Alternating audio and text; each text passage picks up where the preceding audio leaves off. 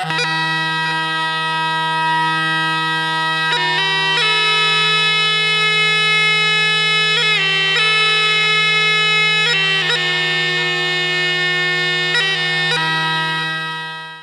усіх, хто долучився до нашої трансляції в інтернеті. Я журналіст Уладзімір Лапцевіч, і сьогодні ми розпочинаємо передачу «Погляд у минуле». Перша наша передача присвячена падзеям у Магілёве. Падзеям, якія адбыліся ў красавіку 1942 года. Тады, 10 числа, Магілёў накрыла цунамі. Цунамі, якое прынесла рака Дубравенка. Загінула падчас тых падзей каля 2000 магілёўцаў.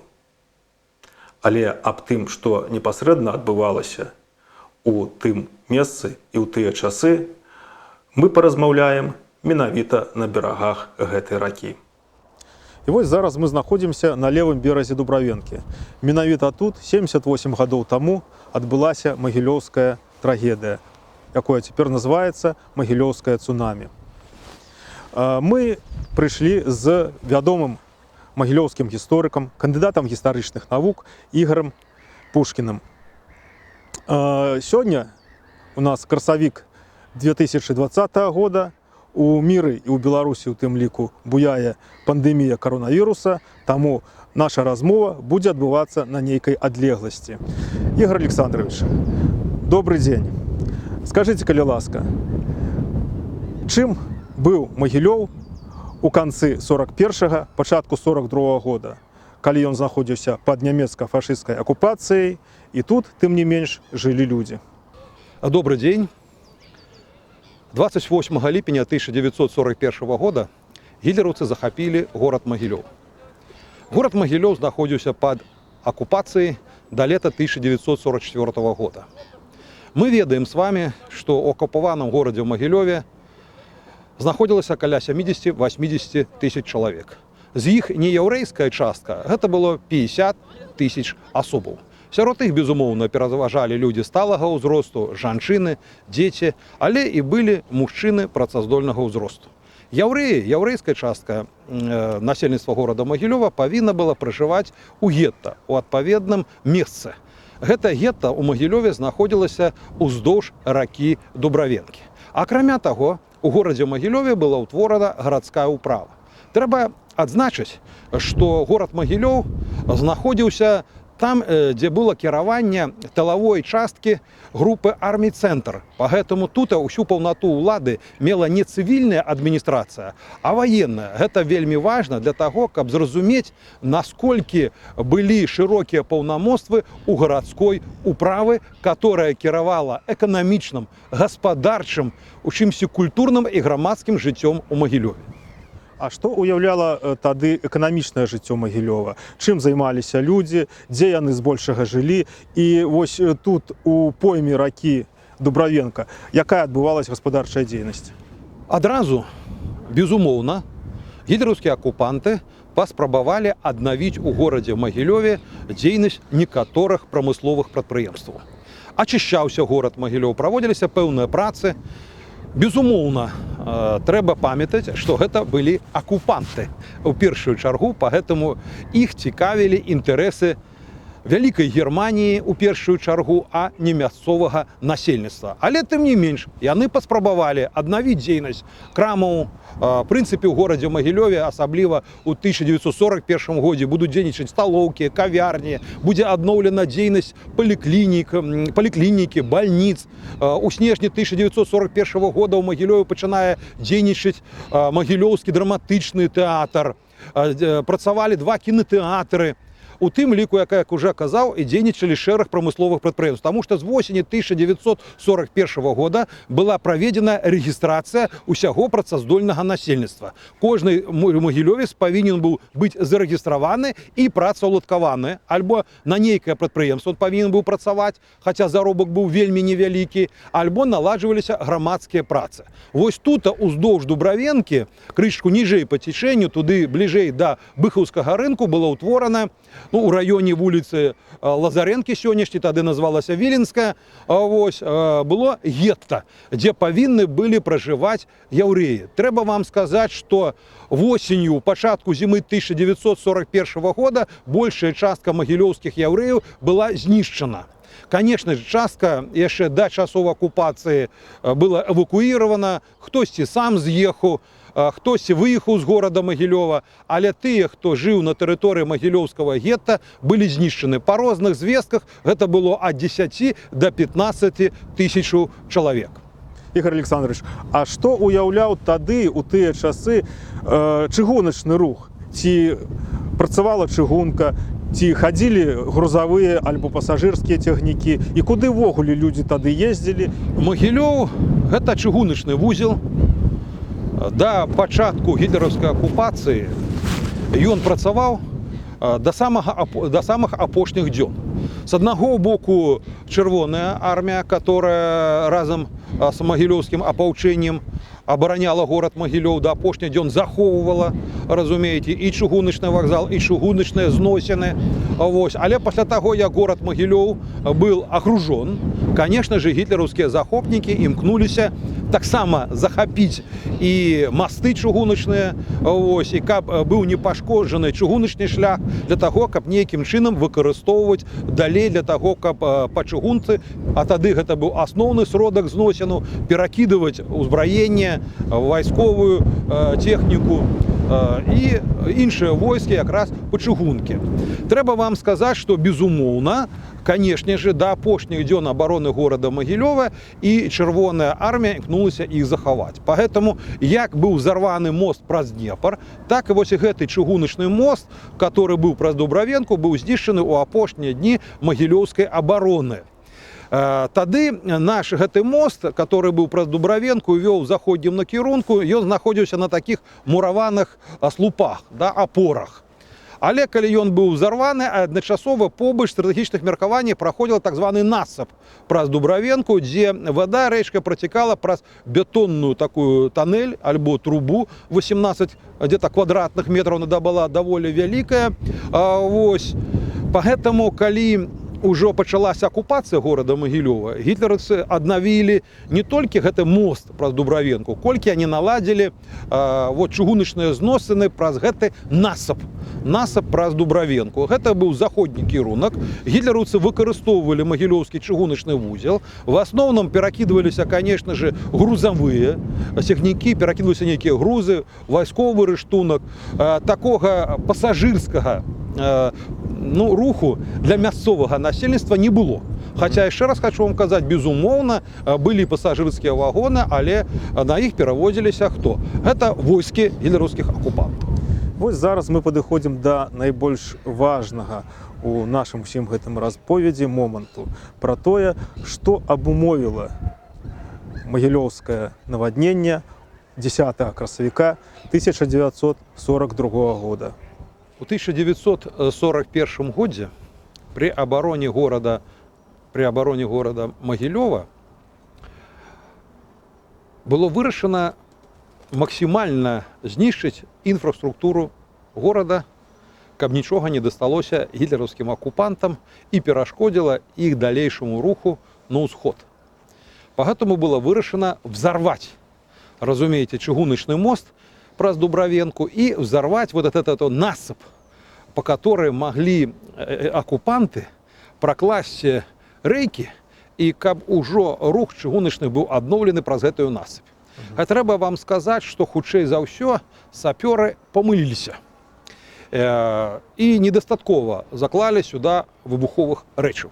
Поэтому насып быў пашкоджаны, і вось гэтая труба, альбо праход, праз который цекла рэчка Дубравенка, ён быў збольшага пашкоджаны, але не цалкам. Але ж існуюць і іншыя версіі вось пашкоджання гэтага моста і таго, што адбывалася менавіта пасля таго, як дакладней падчас таго, калі Чырвоная армія сыходзіла з Магілёва. Так, безумоўна. Хочу вам сказаць, што упершыню пра падзеі 10 красавіка 1942 года я пачуў ад магілёўскага краязнаўца Філіповіча Яраніма Іосифовича, і яшчэ ад нейкіх магілёўцаў, которые памяталі падзеі, которые адбыліся ў той час. Дык вось нават існавала версія таго, што вось гэты насыпь і вось гэты тоннель, по которому рухалася Дубравенка, быў пашкоджаны не наўмысна, а выпадкова. Тады, калі гітлераўскія самалёты бамбавалі горад Магілёў.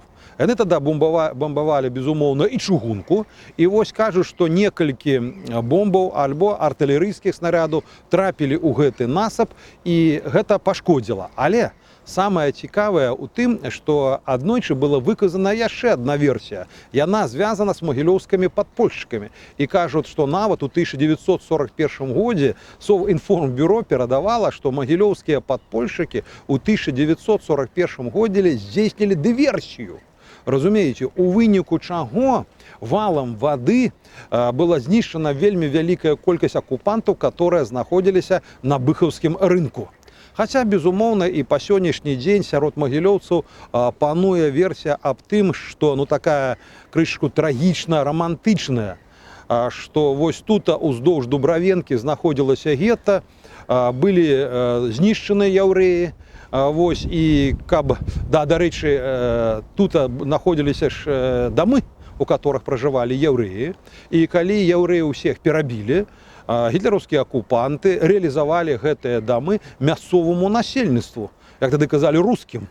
Вось, і тыя, хтосьці набыў гэтыя дамы, і вось, каб адпомсціць, разумееце, гэтым людзям, вось, альбо знішчыць, рэшты вось гэтай трагічнай падзеі, такая божественная версія ёсць аб тым, што Бог пакараў, і вось вадой проста змылі вось астаткі той славутай трагедыі 1942 года. А што адбывалася пасля таго, як гэтая труба была абрушана, пашкоджана, і што рабілі акупацыйныя ўлады, якія, аднавіўшы рух цягнікоў праз Дубравенку, павінны былі разумець, што перашкоджаны рух вады можа прывесці да чаго-небудзь вельмі непрыемнага. Так, безумоўна, сёння мы бачым з вами, што рэчка Дубравенка ператварылася ў ручай. Але на самой справе, яшчэ ў пачатку 20-го стагоддзя, і перад гітлераўскай акупацыяй, рэчка была больш крышачку шырэйшая, і вады ішло значна больш. Поэтому тады, калі была пашкоджана труба, праз которой адбываўся протока вады, вода стала збірацца там, у раёне Карабанаўкі.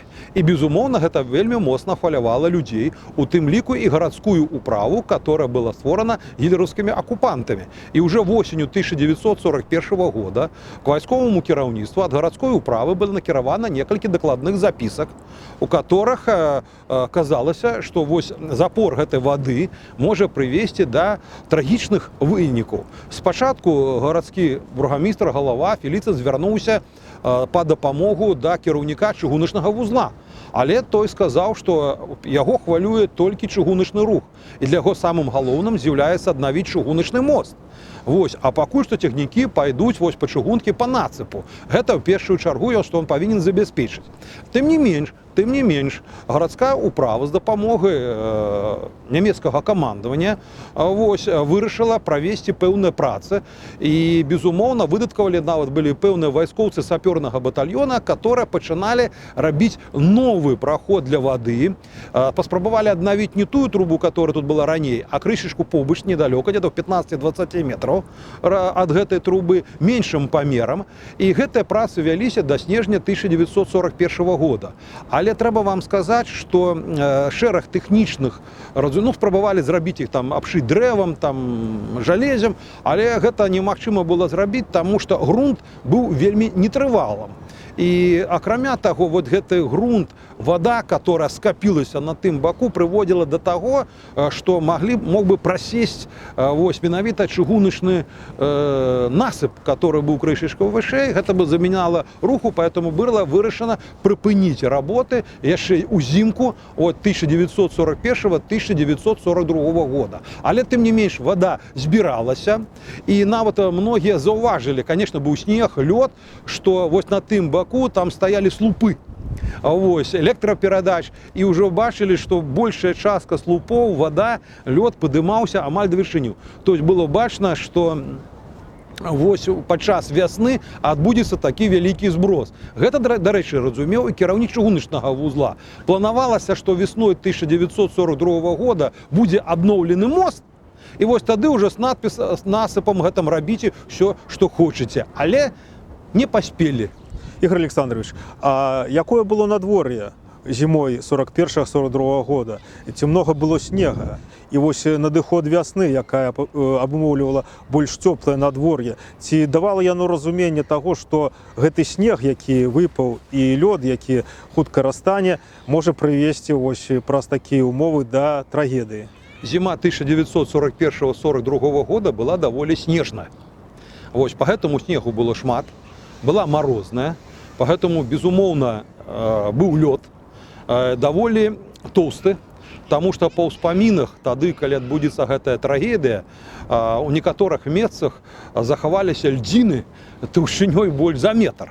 Гэта сведчыць аб тым, што вода паступова збіралася, замерзала, і аб тым, што трагедія можа адбыцца, аб гэтым ведалі. В прынцыпе, ведала і кіраўніцтва акупацыйнай улады, гарадская управа, ведала і насельніцтва. Але я вам хочу сказаць, як і сёння.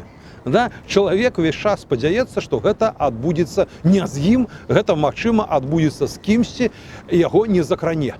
І тут якраз была, што яшчэ, вельмі цёплая весна, якая прывела да вельмі хуткага тання снега і льда. І вось гэты насып не вытрымаў напору вады. Вось мы бачым з вами вышыню. Тады яна была, в прынцыпе, такая же самая вышыня, больш 20 метраў. Гэта можна сябе уявіць, які вал вады мог тут пайсці. Трэба вам сказаць, што гарадская управа з дазволу акупацыйных уладаў папярэджвала людзей. Гэта было зроблена шляхам таго, што старасты вуліц праходзілі і папярэджвалі насельніцтва, што можа адбыцца паводак і трэба перабірацца вышэй, каб былі людзі вельмі уважлівымі і асцярожнымі. Былі зроблены аб'явы ў газеце, былі узмацняльнікі, працавала гарадское радыё, гэта былі ўзмацняльнікі, которые стаялі на вуліцах. І па гэтаму па шматлікіх успамінах тых, хто перажыў гітлераўскую акупацыю, яны казалі аб тым, што ў прынцыпе насельніцтва апавяшчалася аб тым, што можа адбыцца трагедыя, альбо паводка можа прывесці да небяспекі для мясцовага насельніцтва. Успамінае магілёвец 1932 года нараджэння Владимир Данилов. За несколько дней до наводнения по радио и в газете объявляли, что будет большая вода, чтобы уходили наверх. Старосты ходили по домам, устно предупреждали о том же. Мы были в полукилометре от Дубровенки и считали, что нас это не коснется. Где-то неделю вода в реке слегка повышалась. Успоминая Людмила Якубовская, 1931 года нараджения. Перед наводнением радио передавало о том, что тем, кто живет в районе Дубровенки, надо выезжать. Но не выехал никто. В тот день мы специально побежали смотреть на разлив воды. І ось надійшло 10 красавіка 1942 года. Трагічная дата ў гісторыі Магілёва. Што адбывалася ў гэты дзень непасрэдна? 10 красавіка 1942 года гэта было 14 гадзін прыкладна. А вось людзі пачулі трэск, раздаўся вельмі вялікі шум. Трэба вам сказаць, што па ўспамінах нават пачулі людзі, которые знаходзіліся на сённяшняй вуліцы Ленінскай, вось в раёне Ленінскай 27, што нешта тут адбываецца ўздоўж ракі Дубравенкі. А вось людзі хлынулі сюды на бераг, і як мне казаў Яранім Іосифович Філіпович, што якраз ён прайшоў ад Быхаўскага рынку і падняўся сёння там, дзе парк Горькага, дзе знаходзіцца царква. І раптам ён пабачыў шалёны вал мутнай вады. У прынцыпе, як ён казаў, што ён стаяў на вяршыні, вот этот замкавы сквер, а вода была буквально на метр-два ніжэй ад яго. Вось такі вал вады рушыў па раке Дубравенкі. Тыя людзі, которые бачылі, што тут шлі льдзіны, плылі дамы, бярвенне, людзі, хтосьці крычаў, спрабаваў ратаваць людзей. Тут знаходзілася лазня, людзі паспрабавалі выскоківаць адтуда, але уратавацца ўдалося не шматлікім магілёўцаў. Кажуць, што около 2000 человек стали ахвярами, тем больше Быховский рынок. Там находились ларьки, были наведвальники, продавцы. Все это змыло у Днепр, и на протягу некалькіх дзён потом на березе Днепра знаходили загинулых людей, дорослых, дзяцей, мужчин и жанчын. Вось, трэба сказать, что больше за 150 домов было змыто тут, на березе раки Дубравенки. Вось, конечно же, оккупацыйныя улады паспрабавалі аказаць дапамогу пацярпелым, але Из успоминов Владимира Данилова, 1932 года народжения. Где-то неделю вода в реке слегка повышалась.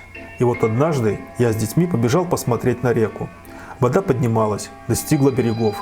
Я был около устья Струшни, в метрах 300-500 от моста, когда увидел громадную волну, наверху которой плыл деревянный сарай. Запомнился крик: «Убегайте! Убегайте!» Меня схватил какой-то мужик и оттащил. Потрясенный, я даже не обратил на него внимания. Высота воды была 4 метра над дорогой. Плыли дома. На крышах, держась за трубу, сидели люди. Плыли громадные льдины, которые ударяли по зданиям. Дома ломались, отрывались кусты. Люди падали, тонули. Все происходило очень быстро. Люди мылись в бане. Народу было много. Только нескольким удалось выскочить, потом дверь захлопнула вода. Все погибли. В доме напротив нашего женщина оказалась запертой. Напор воды держал дверь. Женщина выбила окно, раму и крикнула: «Спасите!». Муж, находившийся напротив, метрах в 100, разделся, чтобы прыгнуть в воду и вытащить ее. Мужчины его не пустили, оттянули, связали. «Вода ледяная, ты погибнешь и ничего не сделаешь». Я видел, как она стоит, высовываясь в окно, а вода все прибывает, прибывает. Она не выдержала переохлаждения, упала. З успоминов Симоновского. Я побежал вверх по огороду и сначала ощутил, а потом увидел стену высотой с дом, 10 метров. Она шла очень быстро, прямо подо мной. На реке были деревянные мостики. Они были привязаны канатами к деревьям, росшим на обочине. Видимо, немцы предполагали, что мосты могли быть спасены. Лавина, прорвавшись, неслась между берегами Дубравенки, срезая на своем пути крыши домов, выворачивая деревья. Ни плач, ни стон, звериный вой стоял над городом. Обезумевшие, беспомощно карабкающиеся на бревна льдины люди, захлебываясь, обессилев, обрывались, пропадая в пучине. Коряги, клубки сплетенных тел, обломки домашней утвари, перевернутые шкафы неслись в стекловидной громаде, тараня друг друга. В дома вонзались бешеные, метровой толщины льдины, легко переворачивая крышей вниз. Вспоминая Людмила Якубовская. В тот день мы специально побежали посмотреть на разлив воды. Мы стояли прямо на железнодорожных путях. Услышали какой-то глухой взрыв, как хлопок. И вдруг весь песок, земля, вся насыпь под рельсами поехала в стороны под напором воды. Рельсы повисли, как канатная дорога. Еще долго железная дорога в этом месте держалась не на насыпи, а на подпорках. Мы бросились бежать назад. Провал за нами мгновенно разъезжался. Вода заполняла образовавшуюся брешь. Мост моментально смыло вместе с 4 привязанными канатами вербами, которые росли вдоль него. Выплыл огромный айсберг. Это было страшно. Мы пошли вниз, на Карабановское озеро, которое опустилось вниз, все покрытое треснувшим льдом. Я заметила, что на фарфоровых изоляторах столбов висели куски льда, то есть вода поднималась там на высоту столба. Я понеслась домой. В кинотеатре «Червоная зорка» шел фильм. Кто-то крикнул «Наводнение!». Началась паника. Все рванули к дверям. Я видела, как они ломились в двери. Я вбежала на свою Булычеву гору, переулок Тани Карпинской, за первой школой. Бабушка сидела на лежанке, а до половины лежанки доходил сырой след, и пол был весь мокрый. На огороде за окном лежала льдина 3 метра высотой, которая таяла все лето. И мы ничего не могли посадить во влажную землю. Рядом с Дубравенкой в высоком трехэтажном доме жила моя знакомая тетя Тася. Когда пошла вода, она с дочерьми поднялась на чердак, а потом решила спуститься вниз за папиросами. Вода нахлынула и тут же спала. Вода поднялась до самого верха высокого 3-метрового потолка, и женщина захлебнулась. Когда дочери спустились, они увидели, что она стояла на цыпочках на лежанке, держась рукой за вьюшку. Успоминая Владимир Чашей. В жаркий апрельский день в 2 часа дня плотина была прорвана и разрушена напором колоссального количества скопившейся в огромном пруде воды. Гигантский вал воды хлынул на город. По улице Дубровенко всплывали с фундаментов деревянные дома вместе с мебелью и людьми, и их несло в Днепр, где в разгаре было половодье и закончился ледоход. Были срезаны 2 каменных моста через Дубровенку, разрушены сети водопровода и электросети, снесены жилые дома по всей улице. На пригорке была затоплена баня с посетителями. Был снесен весь Быховский рынок с прилавками, ларьками, торговцами и покупателями. Город оказался без электроэнергии и воды. Повисли на большой высоте над зияющим проемом железнодорожной насыпи звенья железнодорожных рельс со шпалами. Прекратилось железнодорожное движение в западном направлении. Вспоминая Могилевец-Ковальков. Утопленников собирали на берегах Днепра и Лугу. Их доставляли в торговый павильон на Быховском базаре. Тут были женщины, мужчины, малыши в пеленках. Долина Дубровенки неузнаваемо изменила свой вид. Сквозная пустыня среди высоких берегов и лежащие глыбы голубого льда, танцующие под весенними лучами солнца. А што рабілася акупацыйнымі ўладамі, уласна магілёўцамі для таго, каб неяк ліквідаваць гэтыя наступствы наваднення? Гэта было трагедыяй для магілёўцаў. Я ўжо казаў, што нехта спрабаваў выратавацца, хтосьці дапамагаў. Ва ўсялякім выпадку шмат дзяцей прыйшло паглядзець на тое, што адбываецца з Дубравенкі. Хтосьці лічыў, што вада не дойдзе да яго. А вось кажуць, што нават ледь не да 3-го паверха пэўных дамоў даходзіла вада. Шмат было загінулых. І сёння на могілках па вуліцы Лазарэнкі знаходзіцца некалькі пахаванняў тых людзей, которые сталі ахвярамі 10 красавіка 1942 года. Безумоўна, закранула гэта і інфраструктуру горада Магілёва, таму што былі знішчаны 2 моста, которые находились ниже по течению Дубровенки, это вот в районе Лазаренки, там на Быховском рынку. Были пошкоджены нитки трубопровода, водопровода, электроэнергии. То есть, в принципе, частка города Могилёва засталась без воды, без электричности. И, безумовно, было пошкоджено чыгуночный рух по гэтаму насыпу, потому что размыло всю воду, и те, кто памятаю, указали, что просто засталіся зверху рэйкі, которые висели над Дубровенкой. Поэтому, конечно же, страты были як для оккупантов, так и вельмі вялікія для мясцовага насельніцтва. Чалавечыя ахвяры ўжо не вернеш. Але справа ў тым, што значная частка домоў, которые тут знаходзіліся і былі знішчаны, яны былі застрахаваны. Справа ў тым, што большая частка домоў, которые былі з'яты ў еўрэяў, которые былі знішчаны восенню 1941 года, гітлераўскія акупанты прадалі мясцоваму насельніцтву. І абавязковай умовай было тое, што пры продажы трэба было заплаціць страхавыя ўнёскі. Поэтому те, кто внес страховые унёски, яны атрымалі некаторую грашовую дапамогу по выніках гэтай трагедыі. Захаваліся в архіве і спісы тых, хто пацярпеў, камусьці дапамаглі, хто выжыў, безумоўна, мануфактуры, рэчамі, каму-то прадуктамі, але гэта ніякім чынам, безумоўна, не магло быць сопоставимым з тым, што адчулі людзі, загінулі, которые страцілі сваю маёмасць. А як хутка ачуняў Магілёў ад гэтай трагедыі? Трагічныя падзеі, яны закранулі значную частку магілёўцаў. Але тым не менш, жыццё горада працягвалася. Трэба вам сказаць, што ў 1942-43 годзе быў навучальны год. Працавалі школы, 2 рамесныя школы. Я ўжо казаў, працавалі кінатэатры, тэатр, некаторыя прамысловыя прадпрыемствы. 22 чэрвеня асвяткавалі дзень вызвалення ад бальшавізму. Разумееце, адбываліся гулянні ў горадзе Магілёве ў гэты дзень. В 1943 годзе адчыніўся медыцынскі інстытут.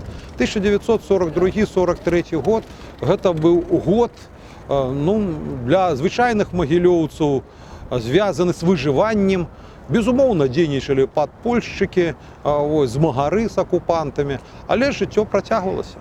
Нягледзячы на такую значную, хаця і са знакам мінус падзею, яна неяк выйшла з памяці магілёўцаў. Ні за савецкім часам, ні цяпер за часам, калі Беларусь незалежная, акрамя гісторыкаў, краязнаўцаў, ніхто пра яе не кажа.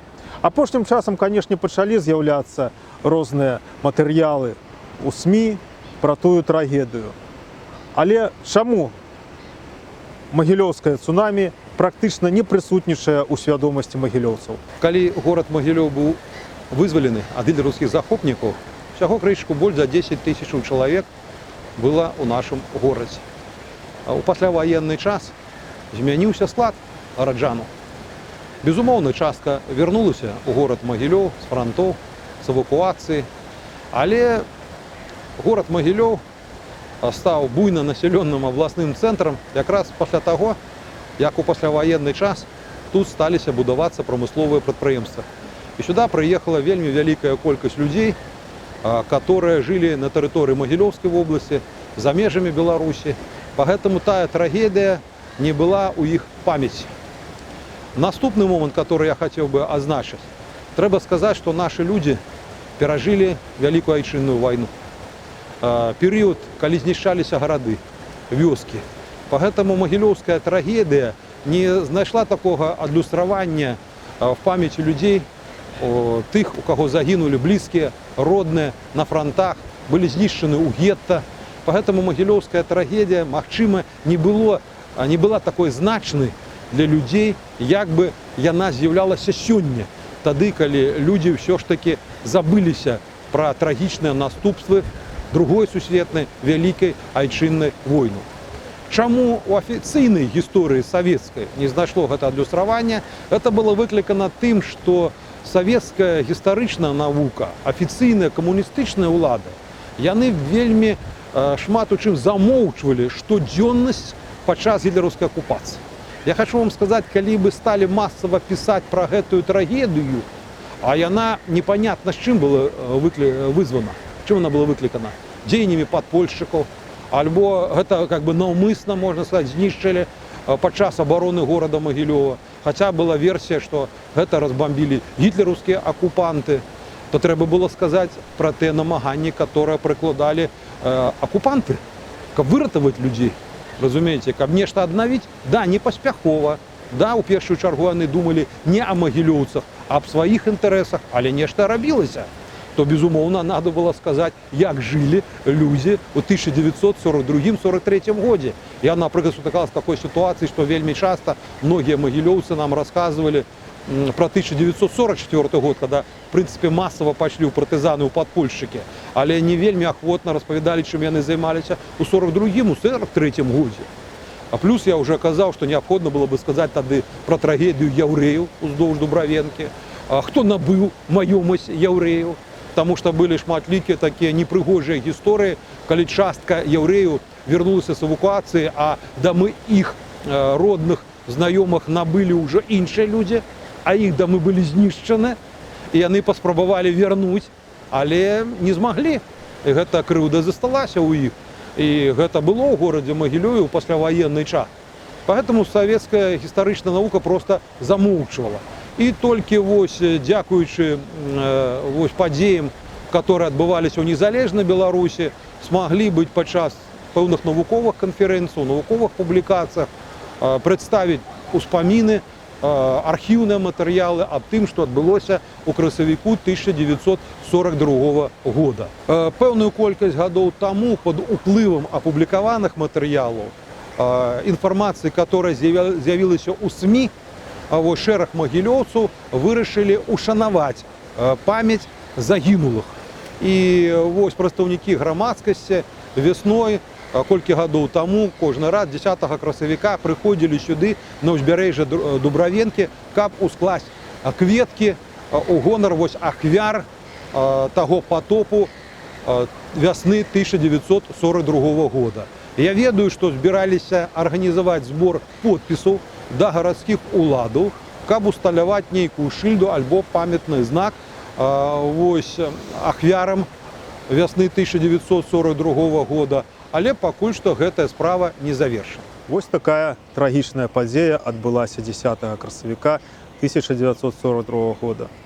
Сапраўды, тыя ўзрушэнні, якія адбываліся ў Магілёве падчас Другой сусветнай вайны, жыццё, якое прайшло цягам гэтых больш за 70 гадоў, яно у многім сцёрла з памяці магілёўскае цунамі красавіка 1942 года. Але гэта не значыць, што тыя падзеі павінны знікнуць увогуле са свядомасці сёння жывучых у Магілёве. Мяркую, што помнік ці памятны знак мусіць быць усталяваны на беразе Дубравенкі як ушанаванне тых ахвяр, якія знесла гэтая рака у іншы свет. Не застаецца нічога, як пакласці гэтыя кветкі у іх гонар у воды ракі Дубравенкі.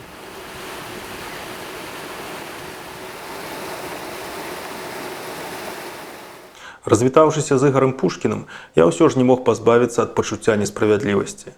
Справа ў тым, што наша стаўленне і стаўленне нашых улад да розных падзей магілёўскай гісторыі вельмі рознае. Зараз адбываецца рэканструкцыя помніка Леніну. На гэтыя мэты выдаткавана з бюджэта 160 000 рублёў. Гэта нашы з вамі грошы. Помнікаў Леніну ў Магілёве некалькі. Помнікаў ахвярам дубравенскага наваднення няма ні аднаго. Ленін не жыў, не праязджаў праз Магілёў. Тыя, хто загінулі на Дубравенцы ў 1942 годзе, жылі ў Магілёве. Гэта нашы жыхары, жыхары нашага гораду. Калі размаўляць пра помнік Леніну, многія кажуць, гэта наша гісторыя. А пра ахвяр дубравенскага наваднення, ды і пра само дубравенскае навадненне не кажуць нічога. Узнікае пытанне, дык а што? Дубравенскае навадненне – гэта не наша гісторыя. Чаму мы пра яго не помнім? Чаму мы не помнім пра яго ахвяры? Вось у гэтым і заключаецца несправядлівасць. Такой была першая перадача «Погляд у мінулае». Я, журналіст Уладзімір Лапцевіч, развітваюся з вамі. Усяго добрага.